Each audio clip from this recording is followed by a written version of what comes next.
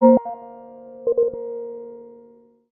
gracias a todos por estar aquí participando en la jornada sobre la Constitución y al profesor Ulises por tan amable presentación y, por supuesto, a la Facultad de Derecho y la Universidad de La Laguna por dar continuidad a estas jornadas de la Constitución que ya vamos por la 13ª edición. Como ha dicho el profesor Ulises, yo voy a hablar sobre el derecho al medio ambiente y, en particular, sobre la protección penal del mismo. La pregunta que nos tenemos que plantear es si la Constitución reconoce un derecho al medio ambiente. Y para ello tenemos que partir de la lectura del artículo 45 de la Constitución española, que se recoge en el título primero, pero en el capítulo tercero, entre los principios rectores de la política social y económica. En su apartado primero dispone que todos tienen derecho a disfrutar de un medio ambiente adecuado para el desarrollo de la persona, así como el deber de conservarlo. En su apartado segundo, imponen los poderes públicos un deber de velar por la utilización racional de todos los recursos naturales con el fin de proteger y mejorar la calidad de la vida y defender y restaurar el medio ambiente apoyándose en la indispensable solidaridad colectiva. Y por último, en el tercer apartado sí que se prevé el establecimiento de sanciones penales, administrativas y la obligación de reparar el daño causado. La verdad que en el momento que surge este artículo, 1978, era un gran paso adelante en la protección del medio ambiente y la posición del constituyente fue muy avanzada y pionera en este punto. Si bien ese impulso se debió a el entorno y el momento en el que se desarrolló la Constitución y, sobre todo, un gran impulso fue la Declaración de Estocolmo de 1972, que reconocía el derecho fundamental al medio ambiente y la obligación de todos los ciudadanos de protegerlo y conservarlo para mejorar el medio para las obligaciones futuras. Antes de cuestionarnos si existe un derecho al medio ambiente, exigible ante los tribunales por cualquier ciudadano, sí que es necesario debatir sobre qué concepto de medio ambiente acoge la Constitución, pues la doctrina propone dos concepciones del medio ambiente. Una concepción estricta que abarcaría solo los recursos naturales, los elementos naturales como el aire, agua, flora, fauna, y otra concepción más amplia que añade un conjunto de circunstancias artificiales, en muchos casos, en los que se desarrolla la vida del hombre. Y así añadiría pues, patrimonio histórico, urbanismo y otros aspectos que no son medio ambiente en el sentido más estricto. Podemos afirmar que desde la Constitución se acoge en el artículo 45 un concepto amplio de medio ambiente, a diferencia, por ejemplo, del Código Penal, que sí que acoge un concepto más estricto al dedicar un capítulo independiente a los delitos contra el medio ambiente, flora y fauna, y regular en un capítulo diverso la ordenación del territorio o el patrimonio histórico. Esta idea de concepto amplio de medio ambiente también ha sido entendido así por el Tribunal Constitucional cuando afirma que el constituyente parte de una concepción amplia del medio ambiente que incluye no solo los recursos naturales, sino también los elementos artificiales que rodean la vida del hombre. Ahora ya sí que podemos centrarnos en la cuestión de la que partíamos,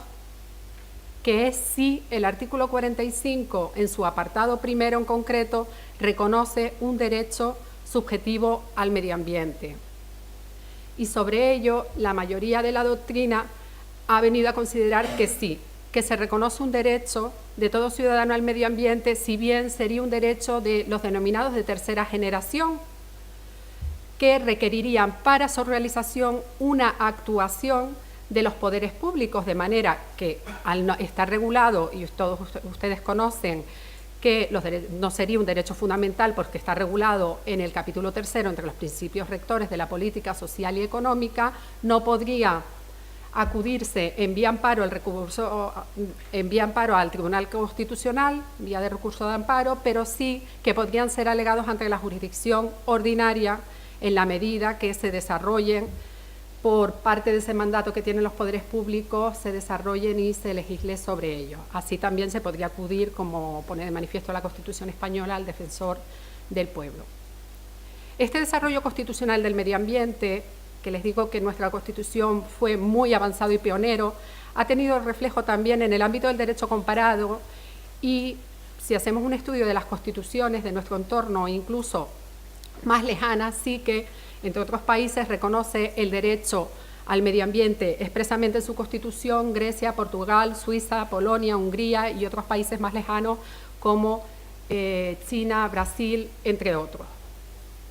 En este marco de reconocimiento de un derecho al medio ambiente, este primer paso importantísimo que dio la Constitución ha tenido una continuidad. Y ha tenido una continuidad no solo a nivel interno en la labor que se ha realizado legislando sobre esta materia, sino que ese reflejo interno tiene un motor en el marco de Europa, tanto por parte del Consejo Europeo como, sobre todo, en el marco de la Unión Europea. Sí que en el Consejo Europeo dictó varias resoluciones y convenios que venían a poner de manifiesto la necesidad de criminalizar conductas lesivas del medio ambiente. Ya en 1977 la resolución del Consejo 2877 hablaba de ello, y más adelante en el 90 incluso pone de manifiesto la necesidad de tipificar conductas contra la flora y fauna de manera específica. Pero sí que todos sabemos que es en el marco de la Unión Europea donde el avance de la protección del medio ambiente ha sido muy importante, tanto a través de la aplicación directa de los tratados, convenios y reglamentos, como el papel fundamental que han desarrollado las directivas, que, como decía el profesor Santiago, cuando no se han dado cumplimiento a las mismas serán de aplicación directa, pero en muchos casos hemos cumplido la tarea, aunque a veces no de todo bien, y sí que hemos incorporado esas directivas a nuestro derecho interno, y ello ha dado lugar a la provisión de numerosas leyes en materia medioambiental, en materia de vertidos, de ruido. Todas las leyes internas que existen sobre estas materias han sido fruto de la transposición de directivas, con lo que sí que asistimos a lo mejor a un proceso de armonización del derecho penal europeo y del derecho ambiental europeo en general. Lo que pasa es que esa armonización a veces no es total, porque cuando se transponen las directivas muchas veces no se hace de manera igual en todos los países, y sí que puede haber ciertas diferencias y disfunciones. No podemos, es tan ingente la cantidad de directivas que se han dictado al respecto, que no vamos ahora a entrar en cada una de ellas. Así que en la materia que hoy nos vamos a centrar en la segunda parte de esta charla, que es el derecho penal, hay que destacar la directiva de 2008 relativa a la protección del medio ambiente en el derecho penal. No obstante, esta directiva para mí no supuso un avance tan importante, un impulso interno tan importante a nuestra protección penal del medio ambiente, porque ya vean que la directiva es del 2008 y ya el Código Penal de 1995 había hecho la tarea que le venía impuesta por resoluciones y por otros objetivos, y en el marco de la Unión Europea, de incorporar figuras que criminalizaran las lesiones más graves al medio ambiente, y ya teníamos incluso, cuando se aprueba esta directiva, delitos no solo de contaminación, sino contra la flora, fauna, urbanismo, y por ello no supuso un cambio tan notable. Sí que para mí es muy importante, y creo que la directiva, que quizás supuso una mayor alegría para los ciudadanos a la hora de poder participar activamente en esa protección del medio ambiente, es las directivas de 2003, la 4 y 35 de 2003, sobre participación, información y acceso a la justicia en materia ambiental, que sí que cumplió la tarea el legislador español y aprobó la ley 27/2006 que regula este derecho de acceso a información, y que establece, no podemos entrar en detalle en esta ley, pero sí que establece 3 medidas fundamentales que han supuesto un antes y un después en la protección del medio ambiente. Pues reconoce un derecho de acceso a la información en materia ambiental de los ciudadanos. Por otro lado, un derecho a participar activamente en las decisiones. Los poderes públicos tienen que contar con la ciudadanía a la hora de tomar una decisión sobre medio ambiente, que hemos visto que es un derecho que nos afecta a todos, y también es muy importante la medida que establece facilitando el acceso a la justicia y a la tutela administrativa en este campo, que es más sencilla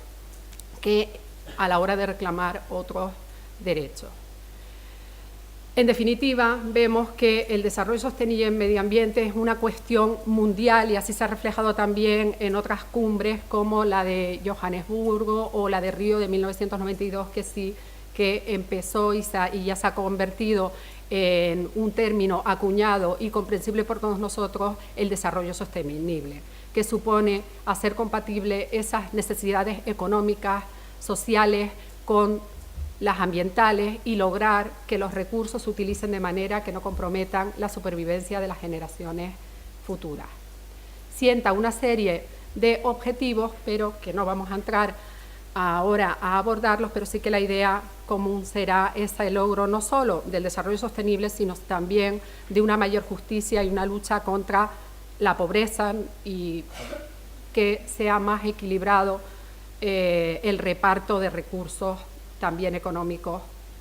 entre todos los países. En el marco de esas cumbres sí que pues, hemos oído hablar del protocolo de Kioto y de otras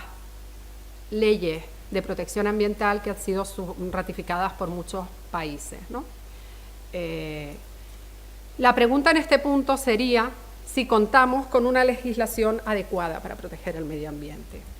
No vamos a entrar a estudiar todas estas leyes, pero simplemente les traigo a colación esta transparencia para que vean el ingente número de leyes. Estas son leyes internas de nuestro país, sin entrar en leyes autonómicas protectoras del medio ambiente. Por ahí pueden leer ruido, vertidos,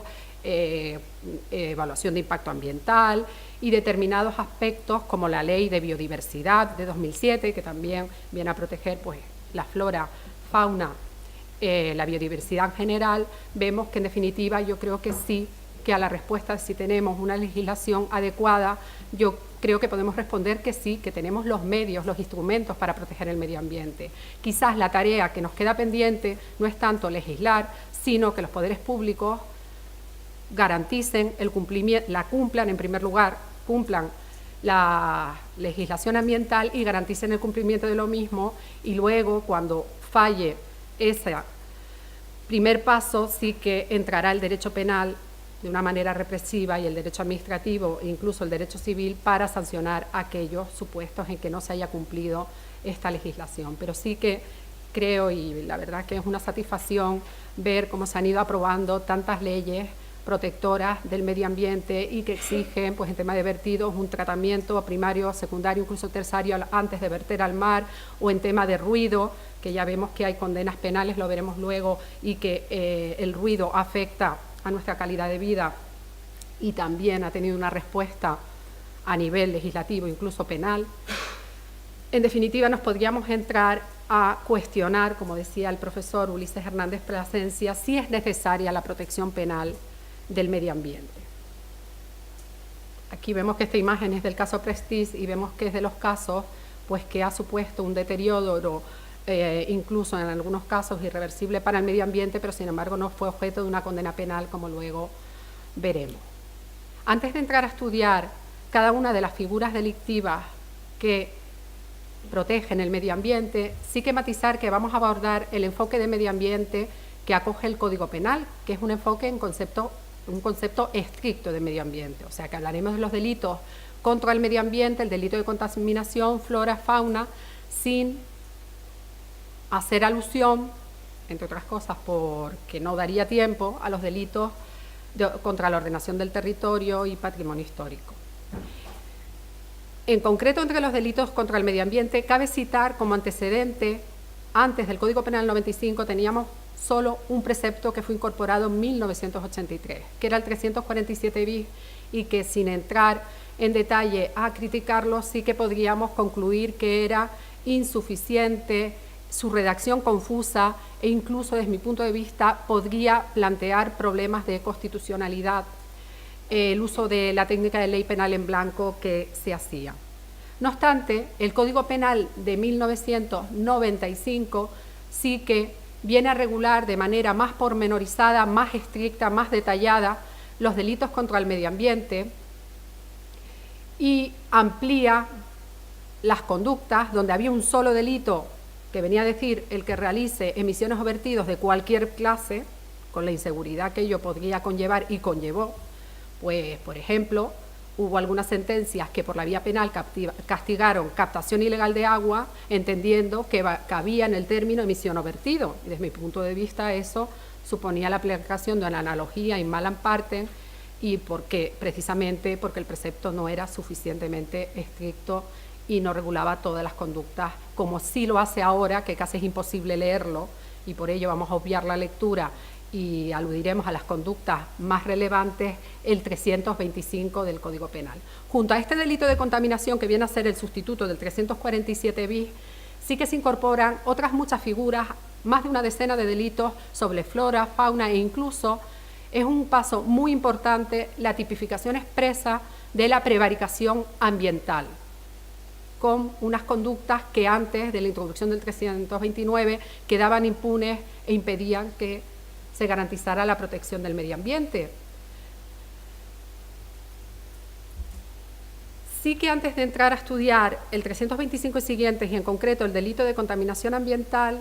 quizás, aunque muchas de estas cuestiones ustedes ya las conocen y por eso pasaré muy rápido por ellas, pero sí que simplemente apuntar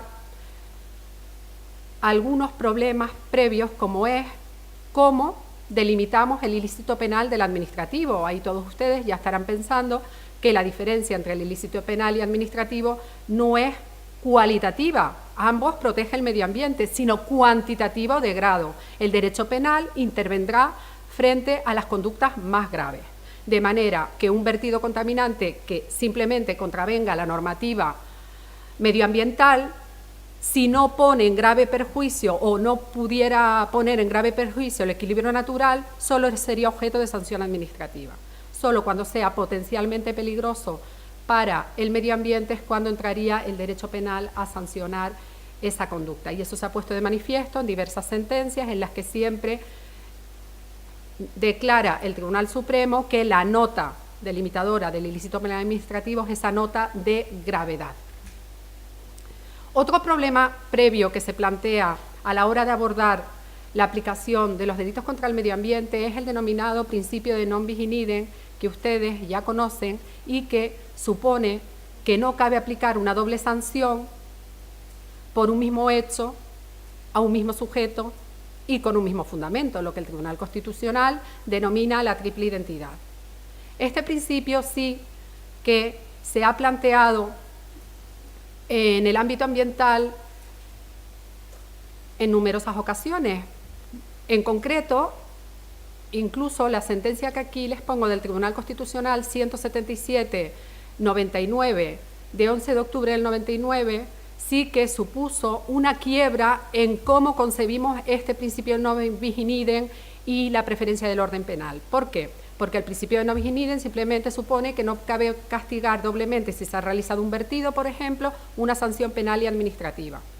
Pero es verdad que todos conocemos que rige el principio de preferencia penal. Ello supone que cuando el instructor del expediente administrativo observe que hay indicios de delito, lo que tiene que hacer es paralizar ese expediente, remitir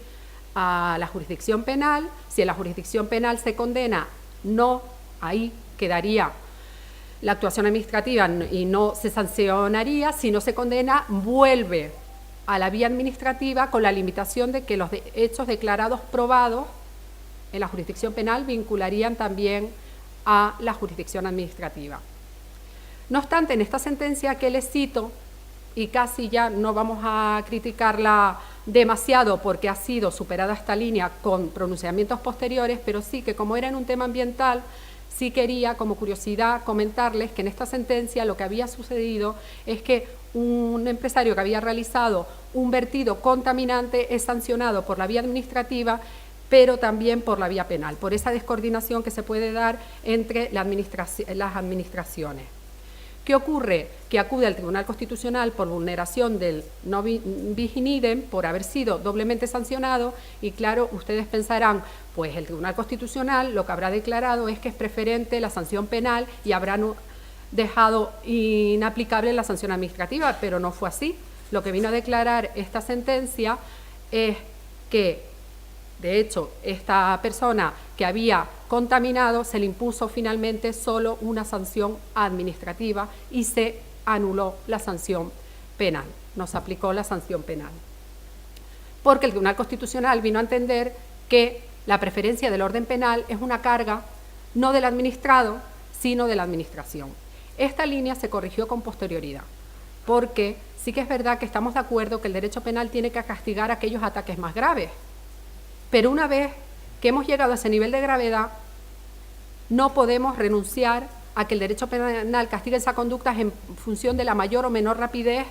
De hecho, en pronunciamientos posteriores, el mismo Tribunal Constitucional llamaba la atención a los administrados diciendo no puede usarse esta vía como para pagar primero la sanción y evitar la sanción penal, cuando un poco esa puerta la había abierto él mismo en la sentencia del 99, pero sí que se restableció y siempre ahora la preferencia es del orden penal, de manera que lo que resulta aplicable finalmente será siempre la sanción penal, como así debe de ser, porque se cumple el principio de intervención mínima, pero una vez que el derecho interviene, en esos casos más graves sí que no tiene que renunciar al castigo de las conductas más graves. Otro problema que plantea la aplicación de estos preceptos del Código Penal es la utilización en ellos de la denominada técnica de ley penal en blanco. Ello supone que para comprender la figura delictiva tenemos que acudir a otros sectores del ordenamiento jurídico. Cuando me dice el que contraviniendo la normativa ambiental o cuando en los delitos de flora y fauna nos castigan quien caza especie amenazada, vemos que no existe ese catálogo en el Código Penal. Tenemos que acudir a normativas estatal, incluso en muchos casos autonómicas, incluso locales, para rellenar el supuesto de hecho. Y si no, no podemos entenderlo en su totalidad. De manera que, como les comentaba, va a haber un relleno de esa figura delictiva, de ese supuesto de hecho, a través del derecho comunitario, estatal, autonómico, municipal, y ello ha hecho que se cuestione la constitucionalidad de esta técnica. Pero sí que sobre ello el Tribunal Constitucional también se ha pronunciado, y ustedes mismos ya estarán intuyendo que no hay otra forma de proteger el bien jurídico medio ambiente en este caso, sino es a través de esa remisión necesaria a la normativa. Eso sí, esa remisión tiene que ser en aquello necesario, de manera que, como sí que resaltó el Tribunal Constitucional, el legislador penal, el Código Penal, sí que tiene que recoger y describir el núcleo esencial de la conducta. Recuerden que antes les hablaba del 347 bis, que decía el que realizar emisiones o vertidos de cualquier clase. Desde mi punto de vista, ese precepto no cumplía este requisito indispensable de descripción del núcleo esencial. Sin embargo, la regulación actual, pues podemos entender que sí que salva este requisito y que sí que no tendría este problema de constitucionalidad. Respecto al principio de intervención,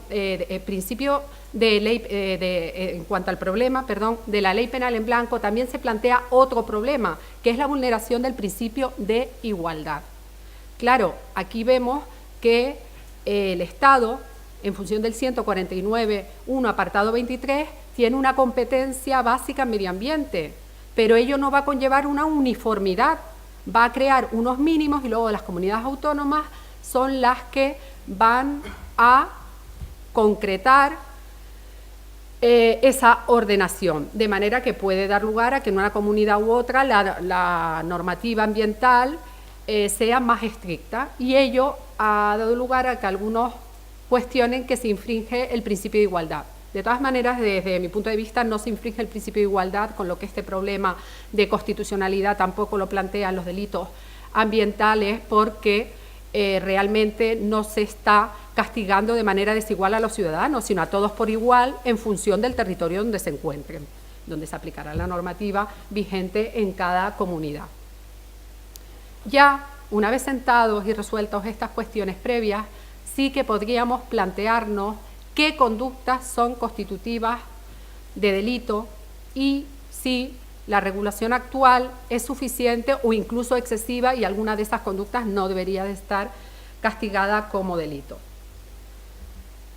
Sí que entre los delitos contra el medio ambiente recogidos en el título 16 se diferencian en dos capítulos. En el capítulo tercero Se recoge el delito de contaminación, que es el que más hemos nombrado, el artículo 325, que es el sucesor de aquel 347 bis, pero además se regulan otras conductas como el establecimiento de vertederos en el artículo 338, la prevaricación ambiental, que antes les comentaba, del 329, y otros delitos en el capítulo 4 contra la flora, fauna, incluso el delito de maltrato de animales. Este es el precepto que, frente a esa redacción general y algo insuficiente y confusa del que realice vertido o omisión de cualquier clase, el legislador, en el 325, vean que, no sé si me atrevo a leerlo, yo creo que vamos a pasar directamente a ver las conductas, porque hace una descripción pormenorizada de muchas conductas cuyo rasgo común va a ser que tienen que contravenir las leyes u otras disposiciones de carácter medioambiental, y supone que se castigan la realización de ciertas actividades que afectan a determinados elementos. Vemos que puede ser suelo, subsuelo, aguas subterráneas, habla de espacios incluso transfronterizos, que vimos como en el caso del Prestige, un daño ambiental sí puede incluso causar daños fuera de nuestras fronteras, pero como les comentaba, esa realización de conductas, el dato común es que tiene que suponer además la contravención de una normativa extrapenal, de naturaleza incluso local, como les decía, y además un requisito muy importante que también hemos resaltado, que para delimitarlo de la mera sanción administrativa, y así se requiere expresamente en el 325, es que estas conductas puedan perjudicar el equilibrio de los sistemas naturales. Si simplemente se contraviene la normativa, pero no se da esta potencialidad lesiva, solo sería una sanción administrativa. Que puedan perjudicar gravemente al equilibrio de los sistemas naturales, como dice el artículo 325, ha dado lugar a una discusión sobre si en este precepto se recoge un delito de peligro concreto, abstracto, o una tercera categoría que se denomina delito de peligro hipotético. No vamos a entrar en esta discusión, pero sí que desde mi punto de vista no acojo esa tercera categoría de delito hipotético, y en este precepto entiendo que tampoco es de peligro concreto, sino que es un delito de peligro abstracto. Las conductas que antes no nos atrevimos a leer por lo pormenorizada y largo que era el precepto del 325, pero como se suele decir, más vale que sobre, que no que falte, porque sí que algunas de esas conductas, todas tienen su alcance propio, pero algunas incluso pueden ser hasta repetitivas, ¿no? Pero sí que en general se habla de provocar o realizar, que aludiría a provocar o realizar más a la posición del sujeto, ¿no? Tanto el que provoca, o por ejemplo de una orden, como el que realiza, el operario que aprieta el botón. Vemos que tanto provocar o realizar se castigaría estas conductas como autor de este delito de medio ambiente. Sobre todo ahí tendríamos que aplicar la teoría del dominio del hecho, que ahora tampoco vamos a entrar en ello, pero sí que además se requiere que sea directo o indirectamente. Lo de directo e indirectamente ya no hace alusión tanto al sujeto, sino al residuo en sí. Puede ser un vertido directo, porque lo verte al mal directamente, o puede ser que ese vertido se produzca de manera indirecta, por ejemplo, a través de una filtración. Y luego sí que alude a todas las conductas de emisiones, vertidos, radiaciones, extracciones. Muy importante el ruido, que en la anterior regulación 347 bis no se aludía expresamente a ello, y sí que, como les comentaba antes, abarca que se realicen en diferentes paisajes. Es una grabación si se produce en un espacio natural, pero se castigaría cuando afecte al suelo, subsuelo o a cualquier espacio. También se castiga expresamente, que vimos que era una necesidad, sobre todo si acudíamos a esas sentencias que en el orden penal castigaban como emisión o vertido de cualquier clase una captación ilegal de agua. Vemos que el Código Penal del 95 se aprueba en un momento posterior a un momento que habíamos sufrido unas sequías y que dieron lugar a esas sentencias forzadas y desde mi punto de vista equivocadas y que suponían la analogía in malam parte. Vemos que sí que ahora se tipifica expresamente la captación ilegal de agua. Todas estas conductas no podemos entrar a estudiar con detalle cada una de ellas, pero sí que si luego tienen interés particular en alguna de ellas, por supuesto que profundizaremos en ello. Pero sí que quería resaltarles que también estas conductas cabe cometerlas en comisión por omisión, por omisión y en comisión por omisión, y en definitiva así se ha puesto de manifiesto en la jurisprudencia. Ha habido casos en los que se castiga al sujeto que tolera, permite que se produzca ese vertido y no hace nada, teniendo esa posición de garante, y por tanto se le castiga por esa omisión.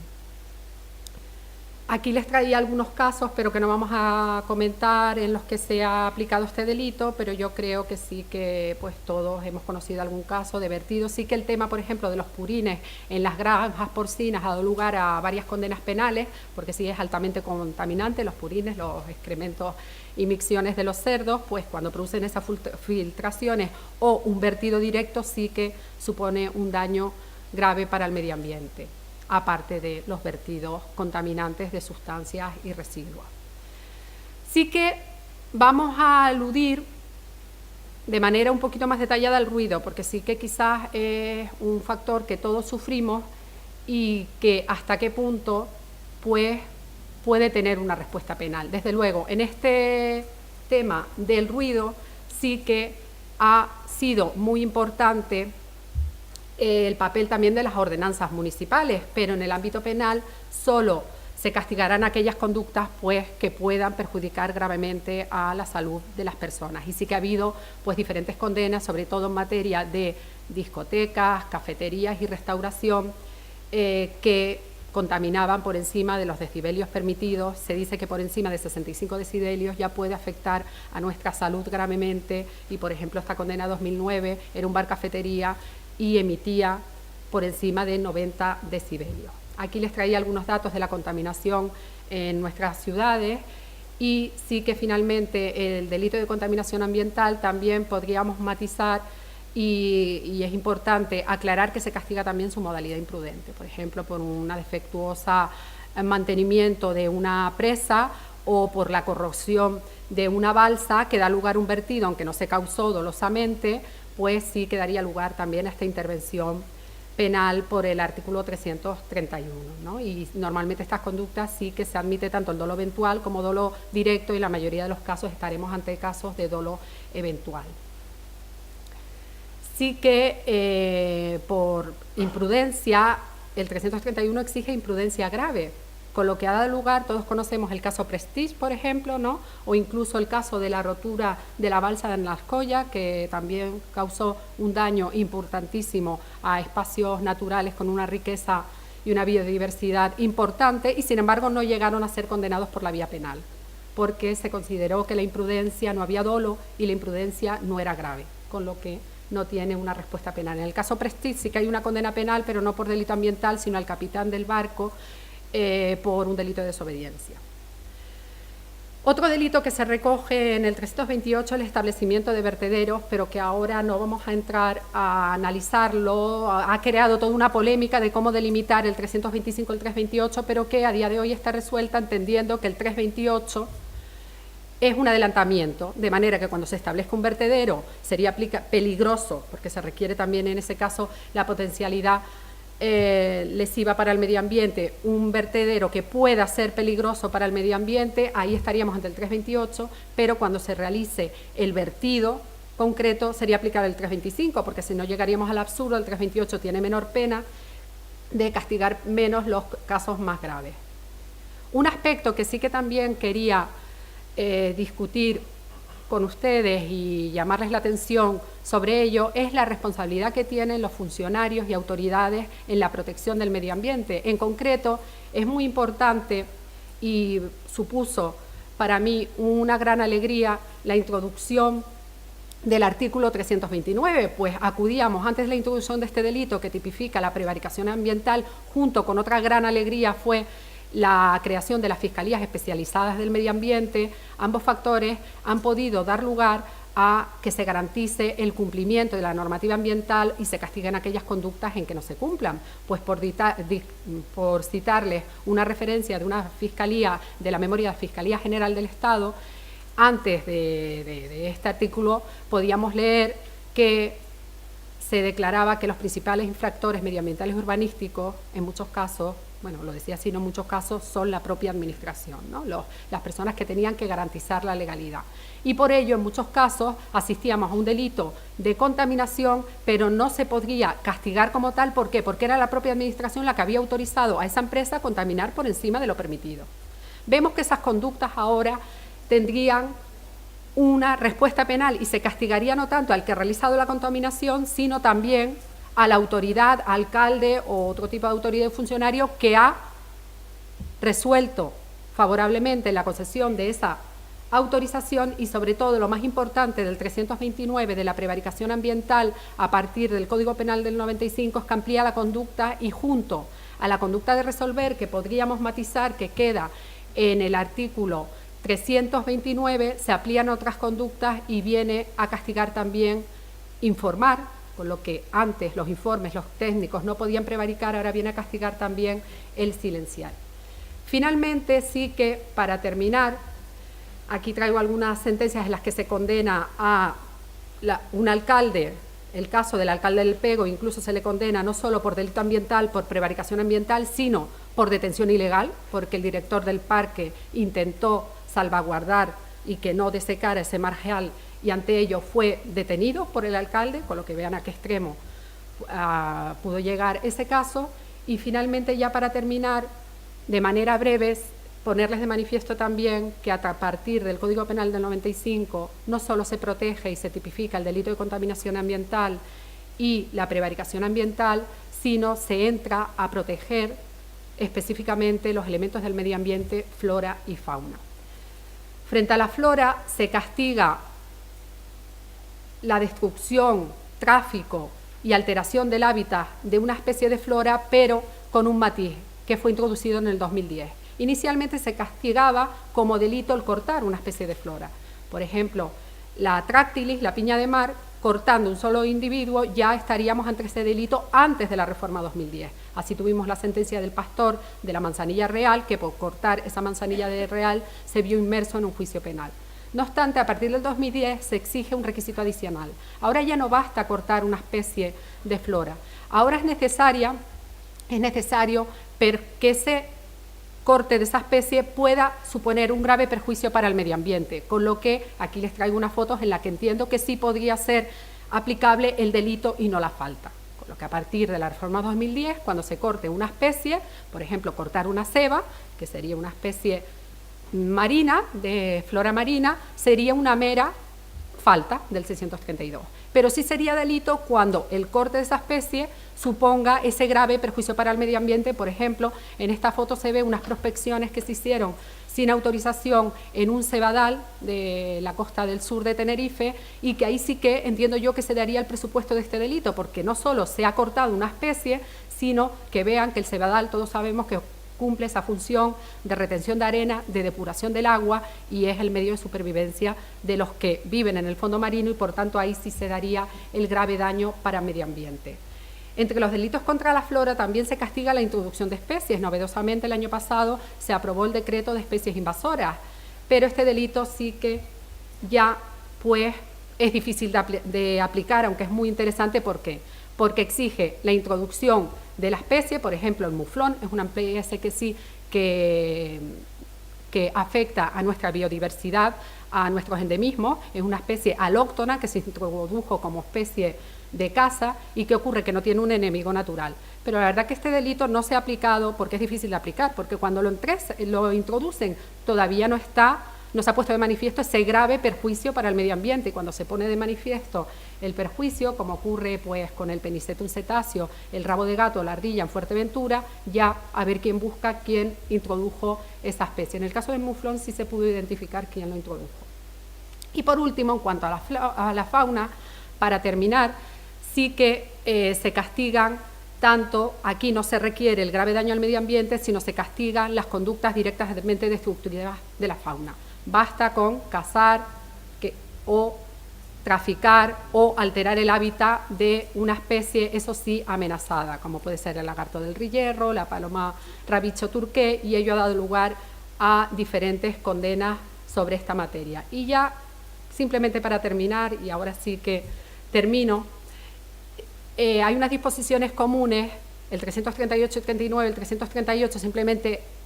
agrava la conducta cuando se realiza en un espacio natural protegido, pero sí que quiero resaltar otra gran alegría que supuso la nueva redacción a partir del 2010 del 339, porque antes este artículo ponía que